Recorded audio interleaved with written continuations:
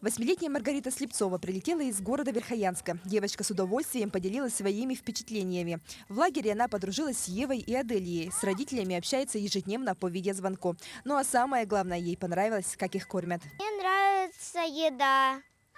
4 раза дают еду. Завтрак, обед, ужин и поздник.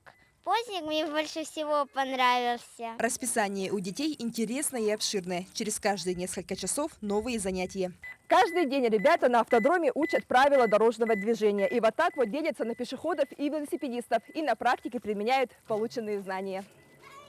Мне нравится, что здесь есть магазин. И мне нравится рисование, мне нравится физкультура. Я благодарю родителей, что отправили меня в Сосновый Бор.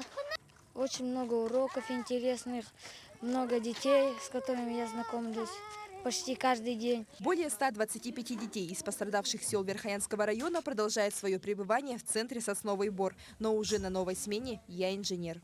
У них уже прошла одна смена легенды танцев. Вот уже приступаем ко второй смене. Дети уже к нам привыкли, рады видеть.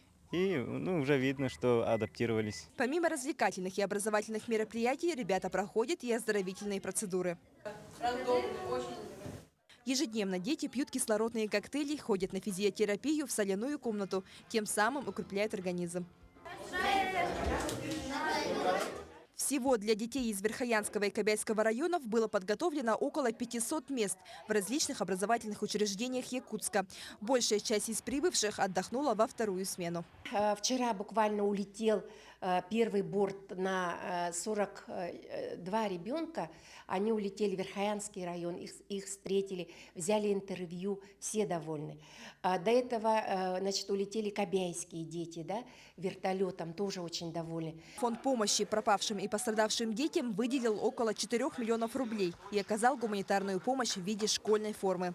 Также перед началом учебного года всем ребятам отправят спортивные костюмы и кроссовки. Как отмечают в центре Сосновый Бор, на беду откликнулись все организации, которым неравнодушна судьба детей из подтопленных сел. Светлана Амосова, Артем Алексеев, Якутск.